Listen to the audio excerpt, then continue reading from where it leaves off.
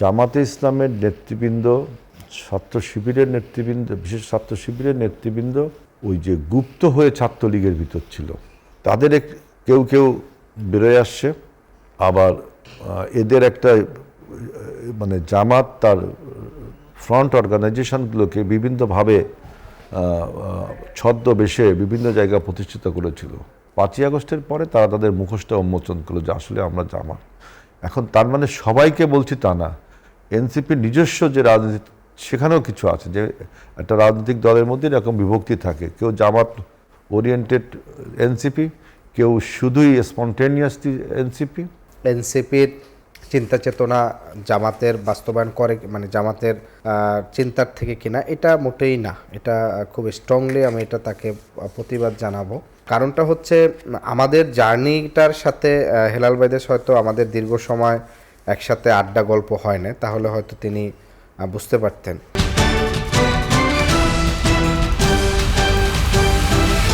সবাইকে স্বাগত জানাচ্ছি নতুন বাংলাদেশ আয়োজনের সাথে আছি আমি জান্নাতুল সাদিয়া। দর্শক, আজকে আমাদের আলোচনার বিষয়ে রাজনীতিতে বিভিন্ন আলাপ, এবং এই নিয়ে আলোচনার জন্য আমাদের সঙ্গে দুজন সম্মানিত অতিথি রয়েছেন। আমাদের সঙ্গে রয়েছেন আজিজুল বারী হেলাল, সংসদ সদস্য ও তথ্য বিষয়ক সম্পাদক বিএনপি। আরও আছেন আরিফুল ইসলাম আদিব, এনসিপি সমর্থিত ঢাকা উত্তরের মেয়র প্রার্থী। দুজনকেই স্বাগত জানাচ্ছি। আমি একটু আজিজুল বারী হেলালকে দিয়ে শুরু করি। আমরা যেহেতু আজকে আসলে আলোচনা করছি রাজনীতিতে বিভিন্ন আলাপ নিয়ে, দেখছিলাম যে এনসিপি নেতা নাসির উদ্দিন পাটোয়ারি তার ফেসবুক পোস্টে লিখেছেন যে এই যুগের জিন্নাহ নাহিদ ইসলাম, যুগের ইকবাল মাহফুজ আলম, যুগের মওদুদি সাদিক কায়েম এত মারামারি না করে একজনকে বাছাই করে নিলেই তো হয়। এটা নিয়ে খুব আলোচনা সমালোচনা হচ্ছে। মারামারিটা ঠিক কি নিয়ে এবং কেন কারা করছে সেই প্রশ্নটা না হয় বাদই দিলাম, কিন্তু যেটা নিয়ে আলোচনা বেশি হচ্ছে সেটি হচ্ছে আদর্শ হিসেবে যেই রাজনীতিবিদ, কবি বা দার্শনিকের নাম এখানে আসলে তিনি বলছেন তাদের সবাই পাকিস্তানের। এবং প্রশ্ন যেটা উঠছে যে এই 3 তরুণ রাজনীতিককে যে তুলনাটা করা হচ্ছে সেটিতে আসলে সবাই কেন পাকিস্তানি হলেন? সেখানে হয়তো বা হ্যাঁ, যদি ভারতের হতো সেখানেও এই প্রশ্নটাই আসতো যে অন্য ভাষাভাষী বা অন্য দেশের, ধরেন আইডল মানতে কারোর কোনো সমস্যা এখানে নেই, কিন্তু তারপরেও ধরেন স্বাধীনতার 55 বছর পরে এসে যদি আমাদের দেশের তরুণ রাজনৈতিক নেতৃত্বের ইন্সপিরেশন বা অনুপ্রেরণার জায়গায় পাকিস্তানি ব্যক্তিত্বদের নাম আসে, সেটি আসলে বাংলাদেশের জাতীয়তাবাদী রাজনীতির জন্য কেমন বার্তা? জি, ধন্যবাদ। একটা সুন্দর একাডেমিক কোশ্চেন আপনি রেইজ করছেন যে পলিটিশিয়ান জিন্নাহ, মহাকবি ইকবাল, একই সাথে দার্শনিক তিনি, এবং বিশিষ্ট ধর্মতত্ত্ববিদ থিওলজিস্ট মওদুদি সাহেবের রাজনীতি ফিরে আসছে এনসিপি এবং জামাতের বিভিন্ন নেতার সাথে আপনার পোর্ট্রেট করে বলছেন। তা আমার বক্তব্য হলো, দেখেন আপনার যে আদি যে রাজনীতি, আপনার স্প্যানিশ ভাষায় একটা কথা আছে আদি ফান্তে, মানে আগের আমলে ফিরে যাওয়া। এই কথা বলে ট্রাম্প প্রথম নির্বাচনে জিতেছিল হোয়াইট আমেরিকান হিসেবে, হোয়াইট সুপ্রিমেসি জারি করে তিনি জিতেছিলেন। আর এইখানে আপনার এবং হোয়াইট সুপ্রিমেসি একবার পরাজিত হয়েছিল আপনার সেই মার্টিন লুথার কিংয়ের সেই আপনার বর্ণবাদ বিরোধী আন্দোলনের ফলে। এই যে জিন্নার রাজনীতি 47 সালে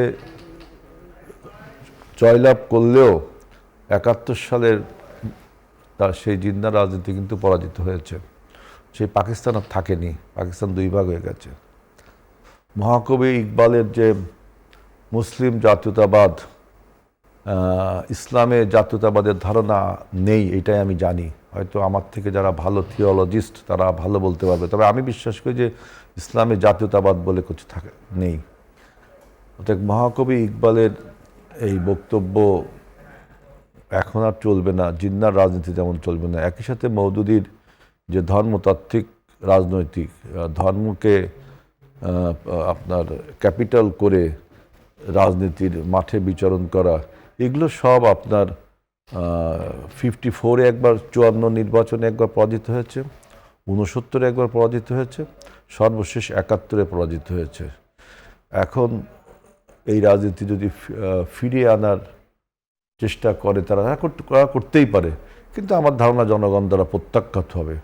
কিন্তু মধ্যে হবে কি, যে দেশে একটা টার্বুলেন্ট সিচুয়েশন, পলিটিক্যাল একটা বিশৃঙ্খলা তৈরি হবে। কারণ এই রাজনীতি, এই যে আপনার পাকিস্তানের এই সমস্ত দার্শনিক এবং চিন্তাবিদ এবং এই সমস্ত রাজনীতিবিদদের থিওরি এবং ধর্মতত্ত্ববিদ সব থিওলজি, এইগুলো বাংলাদেশে চলেনি, পরাজিত হয়েছে বারবার। সুতরাং আর এই যে নাসিরুদ্দিন পাটোয়ারি তিনি বলছেন, তার একটা থিওরি, তার একটা চিন্তাভাবনা যে হয়তো বাংলাদেশে আধুনিক বাংলাদেশ জাতীয়তাবাদী দল, বাংলাদেশের জাতীয়তাবাদের রাজনীতি অর্থাৎ ভূখণ্ড ভিত্তিক যে জাতীয়তাবাদ, সেই জাতীয়তাবাদকে পরাস্ত করে পাকিস্তানের ধ্যান ধারণার রাজনীতি প্রতিষ্ঠিত হবে। এটা ওরা চেষ্টা করতে পারে, কিন্তু আমার মনে হয় সম্ভব হবে না।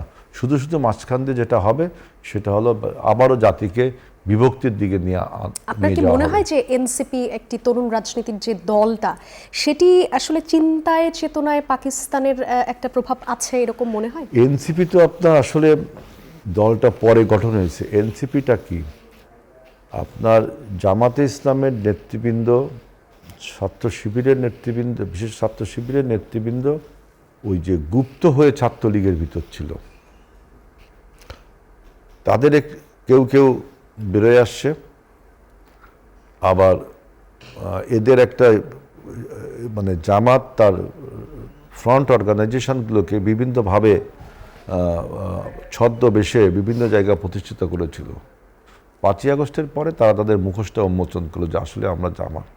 এখন তার মানে সবাইকে বলছি তা না, এনসিপির নিজস্ব যে রাজনীতি সেখানেও কিছু আছে, যে একটা রাজনৈতিক দলের মধ্যে এরকম বিভক্তি থাকে। কেউ জামাত ওরিয়েন্টেড এনসিপি, কেউ শুধুই স্পন্টেনিয়াসলি এনসিপি, এরকম আছে। আবার অন্য দল থেকেও এনসিপি ভিতর থাকতে পারে, আওয়ামী লীগের আছে, বিএনপির থেকেও থাকতে পারে। এনসিপি তো একটা conglomerates of different organization, political activist. এছাড়াও এনসিপির নিজস্ব সত্তা আছে, কারণ ওদের তো নতুন রাজনৈতিক দল। ওই দিন থেকে এই রাজনীতি শুরু করেছে এমন কোনো রাজনীতিবিদ তো পাওয়া যায়। নিশ্চয়ই আদিব আগে কোনো একটা মতাদর্শে বিশ্বাস করতো, এখন সে ট্রান্সফর্ম হয়েছে এনসিপিতে, এরকম। কিন্তু এই নতুন রাজনৈতিক দলটির কাছে মানুষ নতুন রাজনীতি আশা করেছিল, যে বিশ্বের সাথে খাপ খেয়ে আধুনিক বিশ্বের সাথে যুগোপযোগী রাজনীতি করবে। কিন্তু যে রাজনীতি একবার পরাজিত হয়েছে বাংলাদেশে, এবং শুধু পরাজিত না, এই রাজনীতির প্রাসঙ্গিকতাও নেই। আপনার ধর্মীয় রাজনীতি, মুসলিম জাতীয়তাবাদের রাজনীতি বা জিন্নার সেই পাকিস্তানের তৈরি, এগুলো তো সবচেয়ে ঐতিহাসিক যুগের কথা।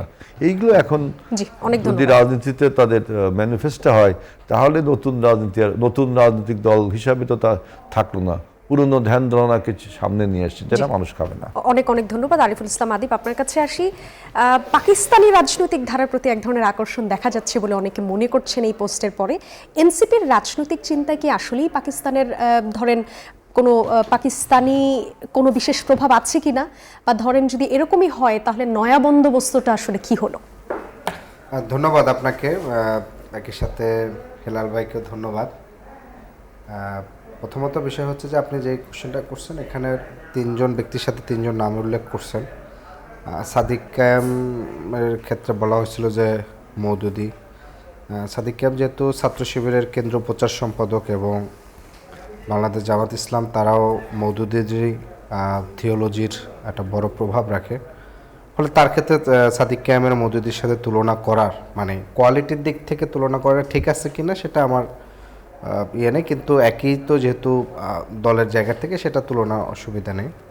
মাহফুজ আলমের ক্ষেত্রে যেটা বলবো যে আল্লামা ইকবালের সাথে তুলনা করছেন। আল্লামা ইকবাল মানে তার ব্যক্তি বা বাসা বা তার জায়গাটা হয়তো পাকিস্তান হিসাবে আপনার এখানের পোট্রে হইতে পারে, কিন্তু আল্লামা ইকবালের জন্মদিবস তো কলকাতায় মমতা বন্দ্যোপাধ্যায় থেকে শুরু করে পুরো কলকাতায় খুব তাকে ভালো করেই উদযাপন করা হয়, এবং তার এই জায়গাটা থেকে আল্লামা ইকবালের তাকেও তুলনা করছেন মাহফুজ আলমের সাথে। যদিও মাহফুজ ভাই এখন আমাদের সাথে এই মুহূর্তে আমাদের দলে নেই, তিনি ডিফারেন্ট অল্টারনেটিভস নামে তার একটা সংগঠন কাজ করছেন। আর নাসির ভাই আরেকটা উদাহরণ দিছিলেন এখানে, সম্ভবত নাহিদ ইসলামকে জিন্নার সাথে তুলনা করেছেন। এখানে বিষয়টা হয়েছিল তার পূর্বে নাসির ভাইয়ের আরও কিছু পোস্ট ছিল। তিনি বলেছিলেন যে বাংলা ভাষাভাষীদের জন্য যারা লড়াই সংগ্রাম করেছে আমাদের এখানকার তরুণরা, মানে এই পোস্টটা আমি যতটুকু ওনার সাথে আলাপ হয়েছে, যদিও তাকে দলের পক্ষ থেকে এখন মতো অফিসিয়ালি এই বিষয়টা তাকে ব্যাখ্যা চাওয়া হবে যে তিনি কিভাবে এটার ব্যাখ্যা দিবেন, কিন্তু আমাদের সাথে আনঅফিসিয়াল যে আলাপটা হয়েছে সেটা হয়েছে যে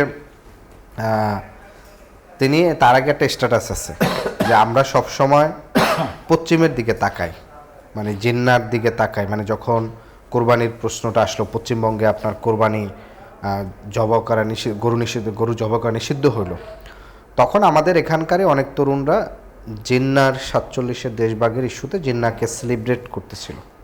ওই মোমেন্টে নাসির ভাই তিনি একটা পোস্ট করছিলেন যে আমরা তো সবসময় পশ্চিমে তাকাই, কিন্তু আমাদের এখানে বাংলা ভাষা সাহিত্য লড়াই সংগ্রামের জন্য শেরে বাংলা, ভাসানী, সোহরাওয়ার্দী, আবুল হাশিম সহ এদের নাম উল্লেখ করছিলেন। তখন তার এই পোস্টটা নিয়ে আবার একটা পাল্টা ক্রিটিক আসছিল। তখন তিনি মানে এই পোস্টটা দিচ্ছেন যে তাহলে আপনারা মানে এক ধরনের ভাগ করে নেন যে এইটা। তবে এটা উনি যেহেতু দলের গুরুত্বপূর্ণ জায়গায় আছেন, সেই জায়গার থেকে এরকম সরাসরি সোশ্যাল মিডিয়ায় কারো ব্যক্তির সাথে তুলনা করে পোস্টটা, সেটা সেই জায়গার থেকে তিনি হয়তো ব্যাখ্যা করবেন। এটা নিয়ে এখনও আমাদের ফার্দার অফিসিয়ালি তার সাথে আলোচনা হয়নি। আর আপনি যেটা বলছেন যে পাকিস্তানের প্রভাব আছে কিনা, না, এটা কিন্তু দেখেন এটা গণমাধ্যমেরও দায়িত্ব যে আপনি কিন্তু নাসির ভাইয়ের পূর্বের যে 2-3টা পোস্ট যেখানে তিনি পাকিস্তানকে খারিজ করছেন, তিনি বলছেন যে জিন্নার পশ্চিমের দিকে না তাকিয়ে আমাদের বরঞ্চ শেরে বাংলা ভাষা নেই, সেটা কিন্তু এখানে মেনশন হয় না, বরঞ্চ স্যাটায়ার পোস্ট হোক কিংবা তার এক ধরনের বিরক্তির জায়গা থেকে যে পোস্ট, সেটাকে কিন্তু আপনারা অ্যাড্রেস করছেন। আর পাকিস্তানের প্রভাবটা তো এখানে বিষয়টা প্রভাব পড়ার বিষয় না। প্রথমত বিষয় হচ্ছে যে দেখেন, একই সাথে আমাদের মহান মুক্তিযুদ্ধের মাধ্যমে আমরা যে 16ই ডিসেম্বর বিজয় দিবস মানে বিজয় অর্জন করেছি, তার পূর্বে তো আপনার প্রথম আমাদের যে এই 47-এ যে দেশভাগ, সেটাও আমাদের এক ধরনের স্বাধীনতা। কারণ ওইটা যদি আপনার না আসতো, তাহলে আপনি যদি ভারতের সাথে একসাথে থাকতেন অল ইন্ডিয়া আর হিন্দুস্তানের জায়গা থেকে, তাহলে তো আপনার এই বাংলার স্বাধীনতা বা এই স্বাধীনতার আলাপটাই তো আসলে আসতো না। তো ফলশ্রুতিতে 47-এর আমাদের যে ভূখণ্ডের প্রথম যে মানচিত্র, আমার তো এরকম হয় নাই যে আমি পাকিস্তান থেকে আলাদা হয়েছি, কিন্তু এই মানচিত্র কিন্তু 47-এরই যে ভাগ করে দেওয়া মানচিত্র, ওই মানচিত্রর অনুযায়ী আমার এইটাকে আমি আমার এখানে স্বায়ত্তশাসন, আমার স্বাধীনতা, আমার সার্বভৌমত্ব এখানে প্রতিষ্ঠিত হয়েছে। তো এটাই আর কি আমাদের কাছে মনে হচ্ছে বিষয়টি। অনেক অনেক ধন্যবাদ আজিজুল বারী হেলাল। আপনার কাছেই আসি আরেকটি প্রসঙ্গ নিয়ে। তবে কিছুক্ষণ আগে যেহেতু গুপ্ত শব্দটি আসছিল, সেই জায়গা থেকেই আরেকটি আলোচিত বিষয়, চাঁপাইনবাবগঞ্জ জেলা বিএনপির সবাই গুপ্ত জামায়াত, এরকম একটা বক্তব্য এসছে এবং এই বক্তব্যটাতে তোলপাড় হয়ে গেছে কাইন্ড অফ, যে চাঁপাইনবাবগঞ্জ জেলা পরিষদের প্রশাসক বলছি হারুনুর রশিদ, তিনি বলেছেন যে চাঁপাইনবাবগঞ্জ জেলা বিএনপিতে বর্তমানে যারা আছেন তারা সবাই গুপ্ত জামায়াত। তিনি আরো অভিযোগ করেছেন যে এনারা কেউ বিএনপির পক্ষে এই নির্বাচনে আসলে ভোট করেননি। তো এটা নিয়ে আসলে অনেক ক্ষোভ, নিন্দা বা প্রতিবাদ আসলে এক ধরনের আসছে। তো এই ধরনের মন্তব্যকে আসলে কিভাবে দেখেন? ধরেন এইটা যদি সত্যি হয়ে যায়, তাহলে তো বিএনপির সাংগঠনিক দুর্বলতার একটা প্রতিফলন দেখা যাবে, কি বলবেন? দেখেন, আমাদের হারুন ভাই আমাদের পার্টির জয়েন্ট সেক্রেটারি, তিনি চাঁপাইনবাবগঞ্জ আসন থেকে নির্বাচনে প্রতিদ্বন্দ্বিতা করেছিল এবং পরাজিত হয়েছে। এর আগের 2টা নির্বাচনে তিনি জিতছে, 2টা বা 3টায় তিনি জিতছে। এখন উনি যে কথাটা বলছে যে সবাই গুপ্ত জামাত, এই সবাই কথাটা হলো হরে দরে একটা কথা। যেমন এক চরে তোর 32 দাঁত ফেলায় দেবো, এতে কি এক চরে কখনো 32 দাঁত পরে? এটা চরের গুরুত্ব, চরের প্রচণ্ডতা বোঝায়। ঠিক এরকমই উনি বলছে সবাই না, কেউ হয়তো বা সবাই না। কারণ যে জামাতে ইসলামী বাংলাদেশ গুপ্ত রাজনীতিতে এত সিদ্ধ যে এনসিপির মতো একটা সংগঠনও প্রসব করেছে, আরও অনেক সংগঠন তারা প্রসব করেছে যাদের নেতা নেই এখানে। এই জন্য বলছি, আদিব যেহেতু আছে সেজন্যই বললাম, এত গুপ্ত একটা সংগঠন, তাদের রুট অ্যান্ড সুট কিভাবে যে বের হয়, আপনার এমনভাবে মিলেমিশে এমনভাবে দলের ভিতর থাকে যে 5ই আগস্টের পরে দেখলাম যে ছাত্রলীগের নেতারা কেউ শিবির হয়ে গেল, কেউ এনসিপি হয়ে গেল। জি বলা হচ্ছিল যে গত 17 বছর আমরা আওয়ামী লীগের অত্যাচারে থাকতে পারিনি বিধায় আওয়ামী লীগের ভিতর মিশেছিলাম। আমি একটা বই পড়েছিলাম, মোসাদ, আপনার ইসরায়েলি গোয়েন্দা সংস্থা, গুপ্ত সংস্থা। এই মোসাদ ইরানের পারমাণবিক কর্মসূচি, ইরানের বৈজ্ঞানিক কর্মসূচি, ইরানের রাজনীতিকে কিভাবে টালমাটাল করে দিচ্ছে আপনার গোয়েন্দাগিরি করে। এটা যদি আপনি বইটা পড়েন, যে ইরানের যিনি বিখ্যাত বিজ্ঞানী তার দেখা যাচ্ছে অ্যাসিস্ট্যান্ট হচ্ছেন একজন ইসরায়েলি নাগরিক, উনি জানছেন না। কিছুদিন পর লোকটা মারা যাচ্ছে। যখন উদ্ভাবনটা করবেন, আবিষ্কারটা করছেন, এরকম প্রচুর ইরানে আপনার ইসরায়েলি গোয়েন্দা সংস্থা আপনার সম্পৃক্ত হয়ে রয়েছে। আপনি মোসাদ বইটা পড়লে দেখবেন যে কিভাবে ইসরায়েল আপনার ফিলিস্তিনি যোদ্ধাদেরকে আপনার ভিতরে ঢুকে তাদেরকে হত্যা করে আসতেছে ইসরায়েলি গুপ্ত সংস্থা মোসাদ। তা আমি দেখলাম জামাতের যে গুপ্ত সংস্থা, প্রত্যেকটা সংগঠন, আওয়ামী লীগ বলেন, বিএনপি বলেন, এই এনসিপি তো ওদের একটা, আমার কাছে মনে হয় কাইন্ড অফ বাই প্রোডাক্ট বলে তো ওরা মাইন্ড করবে। ওদের যে প্রোডাকশনটা, ওরা যে দলটা হলো, এটা জামাত ওরিয়েন্টেড একটা দল। মানে কি, জামাত এমনভাবে ভিতরে ঢুকে আছে, মানে ওদের এই গুপ্ত, এটা মোসাদের গুপ্ত রহস্য কেউ হার মানাবে। সুতরাং হারুন ভাই যেটা বলছে যে আপনার চাঁপাইনবাবগঞ্জে এরকম জেলা বিএনপির কেউ কেউ গুপ্ত জামাত এমনভাবে ঢুকে গেছে বিএনপি, তারা মনে হচ্ছে খাঁটি বিএনপি। কিন্তু এটা নির্বাচনের কি সময় বিএনপি মানে সংগঠন হিসেবে এটা বুঝতে পারছে না এরকম আমি আপনাদের বলছি কি, যে ফিলিস্তিনি মুক্তিযোদ্ধারাও ইরানের মতো পারমাণবিক ইরানের মতো একটা শক্তিধর দেশ, পারমাণবিক না আর কি, অস্ত্রের দিক দিয়ে বা তেল সমৃদ্ধ দেশ, এবং কত জ্ঞানী গুণী, দেশটার জ্ঞান বিজ্ঞানও অনেক উন্নত, তারাও পর্যন্ত হিমশিম খাচ্ছে। আপনার কমিউনিস্ট নেতা মাও সেতুং বলতো যে গুপ্ত বা বিপ্লবীরা এমনভাবে জনগণের সাথে মিশে থাকবে, মাছ যেমন পানির মধ্যে মিশে থাকে কিন্তু উপর থেকে দেখা যায় না। তা আমি দেখলাম জামাত ইসলাম এই রাজনীতিটা খুব বেশি করে সিদ্ধস্ত হয়েছে। ওরা এমনভাবে ঢুকে যে তিনি তার থেকে বড় বিএনপি আর কেউ নেই, তার থেকে বড় এনসিপি আর কেউ নেই, তার থেকে বড় আওয়ামী লীগ আর কেউ নেই। কিন্তু তিনি আলটিমেটলি যে চোখ পাল্টে দিবেন যখন সময় আসবে। ইসলামের ইতিহাসে এরকম একজন লোক আছে, তার নাম আবদুল্লাহ ইবনে উবাই। তিনি হলো রাসূল সাল্লাল্লাহু আলাইহি ওয়াসাল্লামের সাথে সারাদিন থাকতেন, সারাক্ষণ থাকতেন, এবং রাসূল সাল্লাল্লাহু যখন থাকতেন না, উনি তখন তার রাসূল সাল্লাল্লাহু আলাইহি ওয়াসাল্লামের বিরুদ্ধে অনেক প্রোপাগান্ডা চালাতো। এই জন্য পৃথিবীর সবচেয়ে বড় মুনাফিক হলো আবদুল্লাহ ইবনে উবাই। কিন্তু তিনি শেষ জীবন পর্যন্ত মুসলমানদের সাথে এমনভাবে মিলেমিশে থাকতেন, মুসলমানরা বুঝতেই পারতেন না যে উনি আসলে মুসলিম না আমাদের অমুসলিম। কিন্তু লাস্টে তাকে মুনাফিক হিসেবে আখ্যায়িত করা হয়েছে ইসলামের ইতিহাসে। জামাতের রাজনীতি এমনভাবে আপনার মধ্যে থাকবে, সেই জন্য হারুন ভাই বলছে সে তার আক্রোশ থেকে, নির্বাচন যেহেতু হারছে, আক্রোশ থেকে, হ্যাঁ বিএনপি সবাই জামাত থেকে, সবাই জামাত হবে কেন? বিএনপি তো হারুন ভাইয়ের আগেরও বিএনপি ছিল, তাই না? হয়তো কয়েকজন এই জামাতে হয়ে ঢুকছে, ঢুকে নির্বাচনে হয়তো ইন্টারভেনশন করছে, এই জন্য তিনি আক্রোশ বশত এই কথাটা বলছেন। জি, অনেক অনেক ধন্যবাদ আরিফুল ইসলাম আদিব। আপনার কাছ থেকে একটু ছোট করে শুনতে চাইবো যে এই যে গুপ্ত রাজনীতিতে প্রসিদ্ধ একটি দল জামাত, যেটি আসলে আজিজুল বারী হেলাল বলছিলেন, তাদের সাথে আপনারা জোট করলেন এবং জামাত ওরিয়েন্টেড দলই আসলে আপনাদেরকে এখন পর্যন্ত বলা হচ্ছে, আশপাশ থেকে অনেকেই বলছেন, কি বলবেন?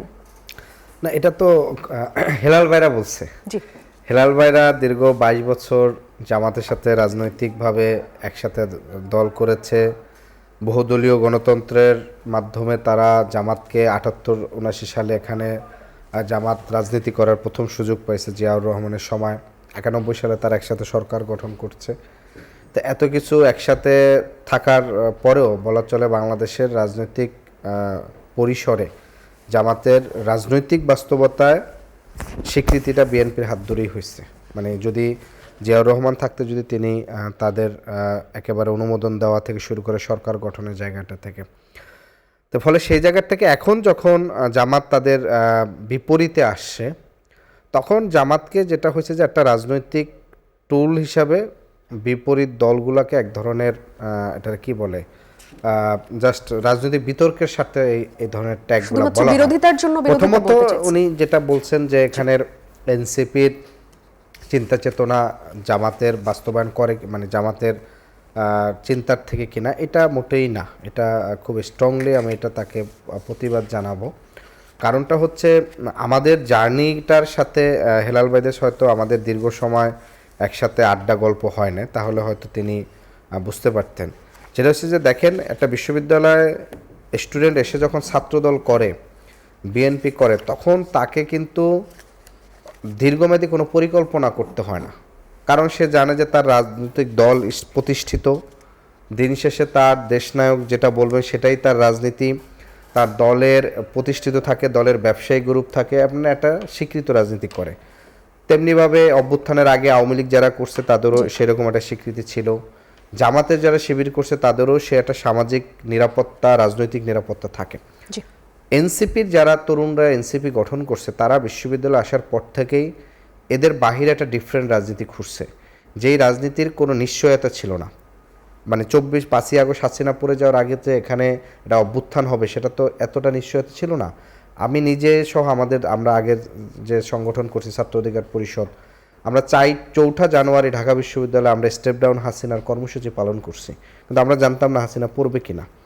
তো ফলশ্রুতিতে ভিন্ন রাজনীতির যখন চিন্তা আমরা করেছি, ফলে সেইটারই সর্বশেষ একটা প্রতিফলন আসলে কাঠামোটা আসছে পরবর্তীতে জি। এনসিপি। অনেক অনেক ধন্যবাদ। একটা বিরতি নিয়ে আসছি দর্শক, আপনারা দেখছেন নতুন বাংলাদেশ। একটা বিরতি নিয়ে আবারও ফিরছি, সাথে থাকুন। বিরতির পর আবারও স্বাগত জানাচ্ছি নতুন বাংলাদেশ আয়োজনে। যাব আলোচনায়। আজিজুল বাড়ি হেলাল, আপনার কাছে যাই। গত শনিবার একটি অনুষ্ঠানে, মানে সভায়, স্থানীয় সংসদ সদস্য পটুয়াখালী 2-এর সংসদ সদস্য শফিকুল ইসলাম মাসুদ, তার একটা বক্তব্যের ভিডিও ভাইরাল হচ্ছে এবং সেখানে তিনি বলছিলেন যে 2 ঘন্টার মধ্যে ওসিকে চেয়ার থেকে সরিয়েছেন, 2 ঘন্টার মধ্যে সেনাবাহিনীর মেজরকে চেঞ্জ করেছেন এখান থেকে, এবং অনেকে বলে যেটা যে ভোটে এমপি হওয়া যায়, কিন্তু তিনি বলছেন যে খালি ভোটে এমপি হওয়া যায় না, পাওয়ারেও এমপি হওয়া যায়। প্রশ্ন হচ্ছে, একজন এমপি প্রকাশ্যে এই কথা বলছেন, নির্বাচিত প্রতিনিধিদের ক্ষমতার সীমা আসলে কতটা, মানে যেহেতু আপনিও সংসদ সদস্য, কতটা ক্ষমতা আসলে হোল্ড করেন আপনারা একটু জানি। নির্বাচিত হওয়ার পরে আপনার একটা ক্ষমতা, মানে দায়িত্ব, কিন্তু নির্বাচিত হওয়ার আগে এইটা নিয়ে মাসুদ কথা বলেছে। নির্বাচিত হওয়ার পরে তো আপনার রুলস অ্যান্ড প্রসিজিওর অনুযায়ী আমরা দায়িত্ব পালন করি, কিন্তু নির্বাচিত হওয়ার আগে তিনি বলছেন যে ক্ষমতা আমাকে দেখাতে আসবেন না, ক্ষমতা আছে বিধায় ওসি চেঞ্জ করেছি, মেজর চেঞ্জ করেছি। এইটা হলো তার নির্বাচিত হওয়ার আগেই এত ক্ষমতা ছিল, এত ক্ষমতা ছিল। এই যে কথাটা বললো এখন, এতদিন যে রোগটা ছিল ডক্টর ইউনূস সরকারের, আমরা বলতাম যে জামাত অ্যান্ড এনসিপি ব্যাকড গভর্নমেন্ট, তখন আমাদের বিরুদ্ধে বা আমাদের এই বক্তব্যকে তির্যকভাবে ব্যাখ্যা প্রদান করতেন ওনারা। এখন মাসুদের সেই এতদিনের জমে থাকা যে আপনার ক্ষমতা, যে ডক্টর ইউনূসের যে সরকারের সময় তাদের যে ক্ষমতা ছিল, ওসি চেঞ্জ করা, বদলি করা, পদায়ন করা, সচিবালয় সচিবদের বদলায়ন করা, পদায়ন করা, বদলি করা, এবং নির্বাচনের সময় পোলিং অফিসার, প্রিজাইডিং অফিসারের নির্ধারণের ক্ষেত্রে তাদের যে অসাধারণ ক্ষমতা আমরা দেখেছি। এখন আপনি কোশ্চেন করতে পারেন, আপনি তখন প্রতিবাদ করেন, আমরা প্রতিবাদ করেছি, কিন্তু মৃদু, কারণ আমাদের কাছে নির্বাচনটা গুরুত্বপূর্ণ ছিল for the sake of the country and to reestablish the country, reestablish the democracy. নির্বাচনটা আমাদের গুরুত্বপূর্ণ ছিল, এবং ওদের কাছে ছিল যে নির্বাচনটাকে কোনোভাবে দীর্ঘায়িত করা যায়, তাহলে কি ক্ষমতায় বেশি দিন থাকা যায়। কারণ আলটিমেটলি তো ডিফ্যাক্টো ক্ষমতা ছিল তাদের হাতে, জামাত ইসলামের হাতে, এনসিপির হাতে। নির্বাচন হলে তো এই ক্ষমতাটা থাকবে না। নির্বাচনটা যখন হয়ে গেল, তখন তাদের তো আর সেই ক্ষমতাটা থাকলো না। এখন সে আগের সেই ক্ষমতা, যেভাবে নাসিরুদ্দিন পাটোয়ারি পাকিস্তানি দার্শনিকদের নিয়ে আসছেন, মাসুদও যে আগের সেই ক্ষমতা দেখাচ্ছে যে আমি অতীতে এত এত লোকরে অপসারণ করেছি, এত এত কাজ করেছি, সুতরাং আমার কাছে ক্ষমতা দেখাতে আসবেন না। যেমন আসিফ মাহমুদ বলল যে আমাদের থেকে বড় ভায়োলেন্স কে করতে পারে। অতএব আপনার বিশ্বাস করতে হবে যে ডক্টর ইউনূস সরকারের আমলে বা নির্বাচনের সময় জামাতের যে একটা প্রভাব বলয় প্রশাসনে এবং আপনার তত্ত্বাবধায়ক সরকারের ছিল, তারপরেও কিন্তু এই ক্ষমতা দিয়েও কিন্তু তারা জনগণের সমর্থন আদায় করতে পারেনি। এখন যে সমস্ত হম্বিতম্বি কথাবার্তা বলছেন, এতেও আপনি জনগণের মন জয় করতে পারবেন না। কারণ আপনারা এই যে আবারও সেই জামাতে ইসলামের যে আপনার যে রাজনীতির যে ইসলামকে নিয়ে চাতুর্যপূর্ণ খেলা, দেখেন তাদের একটা লোগো ছিল, আল্লাহ লেখা ছিল, লোগোটা পরিবর্তন, আল্লাহ লেখাটা বাদ দিল। এটা তো মারাত্মক অপরাধ, একদম যে মুসলিম সবার প্রতিবাদ করা উচিত ছিল। একামতের দিন তাদের লোগো বাদ দিল, তার মানে দিন আর প্রতিষ্ঠা করবেন না। এই যে চেঞ্জিং মনোভাব জামাতের, রূপান্তর, ক্ষণে ক্ষণে রূপান্তর, সুতরাং মাসুদের এই বক্তব্যকে মনে রাখতে এইটা মানে খুব একটা ফালতু বক্তব্য না। তার এই বক্তব্যটা যথেষ্ট গুরুত্ব বহন করে যে তত্ত্বাবধায়ক সরকারের আমলে এই নির্বাচনের সময় তারা প্রচুর পাওয়ার হোল্ড করেছিল এবং সেই হোল্ড নিয়ে তিনি তারপরে জনগণের সমর্থন পাননি তারা। জি, অনেক অনেক ধন্যবাদ। আরিফুল ইসলাম আদিব, আপনার কাছে আসি।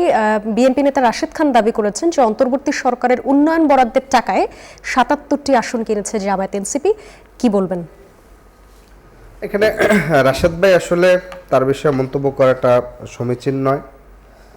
দীর্ঘ ৮ বছর তিনি যে রাজনীতি বিশ্বাস করে তিনি যে দল করছেন, সেই দল শেষ মুহূর্তে তিনি দল থেকে পদত্যাগ করে বিএনপির থেকে ধানের শীষের নির্বাচন করছেন এবং নির্বাচন করেও সে সর্বোচ্চ ভোট পেয়েছেন, সম্ভবত সেখানে তৃতীয় হয়েছে।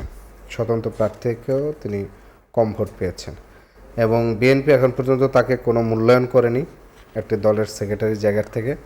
ফলে বিএনপিকে তুষ্ট করার জন্য বিভিন্ন ধরনের তিনি মন্তব্য, প্রায় বিস্ফোরক মন্তব্য করে থাকেন।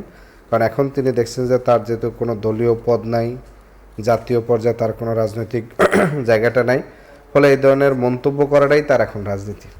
ফলে তার এই ধরনের অভিযোগের বিষয়ে কোনো তেমন বক্তব্য আমি করতে রাজি না। জি, অনেক অনেক ধন্যবাদ। একটা বিরতি নিয়ে আসছি। দর্শক, আপনারা দেখছেন নতুন বাংলাদেশ। একটা বিরতি নিয়ে আবারও ফিরছি, সাথেই থাকুন। বিরতির পর আরও একবার স্বাগত জানাচ্ছি নতুন বাংলাদেশে যাব আলোচনায়। আরিফুল ইসলাম আদিব, আপনার কাছে যাই। আরও একটি আলোচিত বিষয়, নিষিদ্ধ দল যখন টক অফ দ্য কান্ট্রি, এরকম একটি কলাম আলতাফ পারভেজ লিখেছেন। সেখান থেকেই আমি নিচ্ছি যে গণতন্ত্র শক্তিশালী করতে আসলে রাজনৈতিক প্রতিদ্বন্দ্বী যারা থাকেন তাদেরকে জায়গা দেওয়াটা কতটা জরুরি আপনার মনে হয়, এবং এনসিপি আসলে কি ভাবছে অদূর ভবিষ্যতে আওয়ামী লীগ যদি রাজনীতিতে আসে বা ফিরতে চায়, কি বলবেন? ধন্যবাদ আপনাকে গুরুত্বপূর্ণ বিষয় বলার জন্য।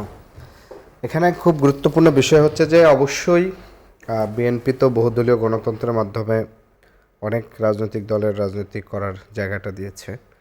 তাই রাজনৈতিক দলকে অবশ্যই রাজনৈতিকভাবে স্পেস দেওয়াটা জরুরি। কিন্তু এখানে প্রশ্ন রয়েছে, আওয়ামী লীগ তো রাজনৈতিক দল না। আওয়ামী লীগ হচ্ছে সম্পূর্ণ সন্ত্রাসবাদী আইডিওলজি ধারণ করে প্রতিবেশী রাষ্ট্র ইন্ডিয়ার সরাসরি এজেন্ডা বাস্তবায়ন করে। আপনি স্বাধীনতার পর থেকে ৭১ সালের পর থেকে গত ৫৫ বছরে আওয়ামী লীগের প্রথম এজেন্ডাই হয়েছে দিল্লির ইচ্ছা আকাঙ্ক্ষা সব কিছু এখানে করা। আপনি বিশেষ করে লাস্ট ১৫ বছরে আপনি যদি দেখেন, ৯ সালে ৭০ জন সেনা কর্মকর্তাকে হত্যা করছে একেবারে নৃশংস প্রক্রিয়া। সেই হত্যাকাণ্ডের সাথে এই তোফায়েল আহমেদ জড়িত ছিল। এই আপনার শাপলার গণহত্যা এবং সর্বশেষ ১ মাসের মধ্যে জুলাই গণঅভ্যুত্থানে ১৪০০ লোককে মারছে এবং আপনার প্রতিবেশী রাষ্ট্রকে নামে বেনামে হচ্ছে তাকে ট্রানজিট দেওয়া থেকে শুরু করে শুধুমাত্র বাংলাদেশের স্বাধীনতার পতাকা এবং সার্বভৌমত্ব এক ধরনের কাগজে রূপান্তর করছিল আওয়ামী লীগ। ফলে যেই আওয়ামী লীগের হচ্ছে সন্ত্রাসবাদী মনোভাব, যিনি ক্ষমতায় আসলেই বাংলাদেশে গণহত্যা করে, ৭২ থেকে ৭৫-এর মধ্যে হাজার হাজার জাসদ নেতাকর্মীকে হত্যা করছে রক্ষী বাহিনী দ্বারা। বাংলাদেশের সেনাবাহিনীর প্যারালাল আরেকটা বাহিনী গঠন করছে, যেই বাহিনীর ৪ নেতার এক নেতা ছিলেন এই তোফায়েল আহমেদ।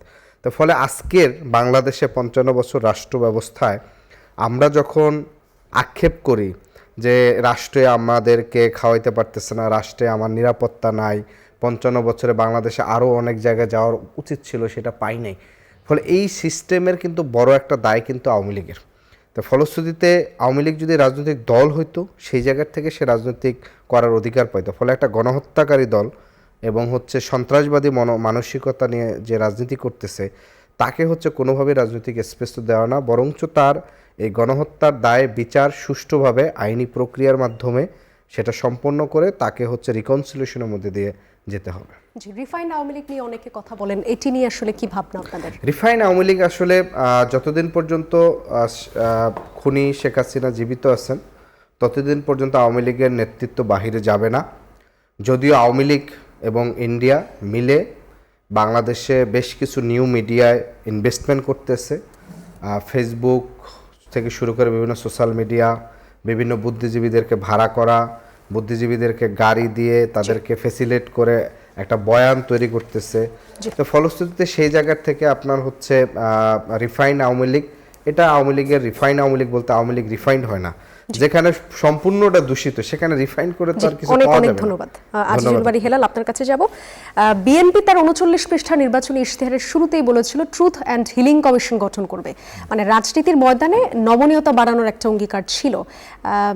প্রধানমন্ত্রী তারেক রহমানের মধ্যপন্থার এই প্রয়োজনীয়তাটা আসলে কতটুকু, এই প্রতিশ্রুতি নিয়ে এগোবে দল, কি ভাবছে তারা আওয়ামী লীগ নিয়ে, একটু শুনতে চাই। দেখেন, আমরা ট্রুথ অ্যান্ড হিলিং যে কমিশনের কথা বলেছি, অর্থাৎ আমাদের মূল লক্ষ্য হলো 24-এর গণ অভ্যুত্থানে আমরা যারা একসাথে রাজনীতিটা ঐক্যবদ্ধভাবে ফ্যাসিবাদের বিরুদ্ধে আন্দোলন করেছি, সেই ফ্যাসিবাদ যেন পুনর্জাগরণ না ঘটে এবং আমাদের মধ্যে সেই ঐক্যটা যেন থাকে। রাজনীতি আমাদের আদর্শ ভিন্ন, কিন্তু ফ্যাসিবাদের কোশ্চেনে আমরা ঐক্যবদ্ধ থাকব। আর এখন বলছেন যে আওয়ামী লীগের ফিরে আসা, আলতাফ পারভেজ আজকে একটা কলাম লিখেছে যে নিষিদ্ধ দল যখন টক অফ দি নেশন, বা টক অফ দি নেশনই তো বলছেন, নিষিদ্ধ দল যখন টক অফ দি নেশন। আসলে আমি লেখাটা পড়েছি, আমার প্রাসঙ্গিক মনে হয়েছে লেখাটা, যে তবে এটা একটা বিস্ময়কর ব্যাপার যে কিছুদিন 36 জুলাইয়ের স্মৃতি এখনো আমাদের অন্তরে রয়ে গেছে, কিন্তু এখনই আওয়ামী লীগের ফিরে আসা না আসা নিয়ে যেভাবে বক্তব্য শুরু হয়েছে, এই যে ওদের এনসিপি বলছে রিফাইন্ড, যারা অন্যায় করেনি, আদিব একমত না, আদিব তো নিজেই বললো, কিন্তু আদিবদের দলের অন্য নেতারা বলছে যে, যেমন মাহফুজ আলম বলেছিলেন যে লীগ প্রশ্নে এখন যেটা হচ্ছে সেটি বিএনপি এবং জামায়াত বড় দুইটা দলের ইনসিকিউরিটি থেকে এটা হচ্ছে, এরকম কিছু কি? বড় দুইটা দলের ইনসিকিউরিটি থেকে সেরকম কিছু না। এটা হলো যে যারা টকশোতে আসেন বা কলাম লেখেন, তারা বিশ্লেষণ করছেন যে আওয়ামী লীগের ফিরে আসাকে কেউ প্রয়োজনীয়তা মনে করছেন, কেউ প্রয়োজনীয়তা মনে করছেন না। কিন্তু ঐতিহাসিক বাস্তবতা হলো, আলতাফ পারভেজ আজকে লিখেছে যে 90-এর গণ অভ্যুত্থানের পরে ওই নির্বাচনে 91 সালে জামাত কতগুলো সিটে জিতেছিল, 35টার মতো সিটে। জামাত না, জাতীয় পার্টি। কিন্তু আওয়ামী লীগের সেই সক্ষমতাও নেই যে এই নির্বাচনে দাঁড়ালো। যদি দাঁড়াতো তাইলে বুঝতে, জাতীয় পার্টির ওই কথার সাথে আমরা তুলনা করতে পারতাম। এখন আওয়ামী লীগ তার রাজনীতি, তার রাজনৈতিক নেতৃত্ব, তার কর্মসূচি সব হারিয়ে গেছে। যে কিছুদিন আগে সাবেক পররাষ্ট্র উপদেষ্টা তৌহিদ হোসেনও কিন্তু বলছিলেন যে আওয়ামী লীগ কিন্তু রাজনীতি থেকে চলে যায়নি, তারা বরং এরকম হতে পারে যে নেক্সট নির্বাচনে তারা ইলেকশন করছে, এরকম ইলেকশন করলেই তো ইলেকশন করতে পারে। আমি বলছি আওয়ামী লীগের রাজনীতিটা কি, আওয়ামী লীগের রাজনীতিটা কি দেখেন। আওয়ামী লীগ তৈরি হয়েছিল 49 সালে, বাংলাদেশ আন্দোলন ছিল তাদের মেইন এজেন্ডা, সেই বাংলাদেশ আমরা প্রতিষ্ঠা করেছি। এরপরে বাংলাদেশের মানুষের কাছে তারা আর নতুন কোনো বার্তা নিয়ে আসতে পারেনি। ওই স্বাধীনতার যে চেতনা বা স্বাধীনতার যা আন্দোলন, ওইটাকেই তারা বিভিন্নভাবে রাজনৈতিকভাবে কাজে লাগিয়েছে। এত মানে বাজেভাবে কাজে লাগিয়েছে যে এখন স্বাধীনতা এবং আওয়ামী লীগ শব্দটা একসাথে যায় না। এখন নতুন যে বয়ান তৈরি করবে তারা, যে আমরা বাংলাদেশকে উন্নয়ন করব, ওদের উন্নয়নের বয়ান তো মানুষ প্রত্যাখ্যান করেছে। সুতরাং তৌহিদ হোসেন যেটা বলছে, হ্যাঁ রাজনীতিতে তারা আসতে পারে, নির্বাচনে তারা অংশগ্রহণ করতে পারে, তার মানে না রাজনৈতিক দলটা সাস্টেইন করে গেল। দেখেন মুসলিম লীগ আপনার 54 সালে নির্বাচনে পরাজিত হলো, এরপরে সবকটা নির্বাচন করেছে। ইভেন 1979 সালে আমাদের বাংলাদেশের নির্বাচনেও মুসলিম লীগ 10টা সিট পেয়েছিল, নির্বাচন 10টা সিট পেয়েছিল 19 সালে। কিন্তু মুসলিম লীগ কালক্রমে যেহেতু মানুষের কাছে কোনো রাজনৈতিক মেসেজ বা কর্মসূচি দিতে পারেনি, সেরকম আওয়ামী লীগ আপনার তার যে ব্রাক লিগেসি, জি, শেষ করব। সেই লিগেসিটাকে মানুষ প্রত্যাখ্যান করে নতুন করে তাদের আসলে আর রাজনীতি কিছু দেবে, করার নেই, সেটাই বলতে নতুন করে চাইছি। নেতৃত্ব দিবে, এটা আমার জন্য মনে হয় যে খুব টাফ হয়ে যাবে। এখানে আওয়ামী লীগ আগামী রাজনীতিতে একটা প্রভাবক হিসেবে কাজ করবে, কখনো জামাতের দিকে দৌড়বে, কখনো বিএনপির দিকে আসতে চাইবে। অনেক অনেক কারণ তাদের ধন্যবাদ। এখনো ভোটে তাদের কিছু সমর্থক রয়ে গেছে। এই জন্য বলছি আওয়ামী লীগ হয়তো ক্যাটালিস্ট হিসেবে কাজ করতে পারে, কিন্তু মূলধারা রাজনীতিতে ফিরে আসা আওয়ামী লীগের জন্য খুব কঠিন হবে। জি, অনেক অনেক ধন্যবাদ আপনাদের দুজনকে আমাদের সঙ্গে যুক্ত হওয়ার জন্য। দর্শক, আপনারা দেখছিলেন নতুন বাংলাদেশ। এতক্ষণ যারা সঙ্গে ছিলেন সবাইকে ধন্যবাদ।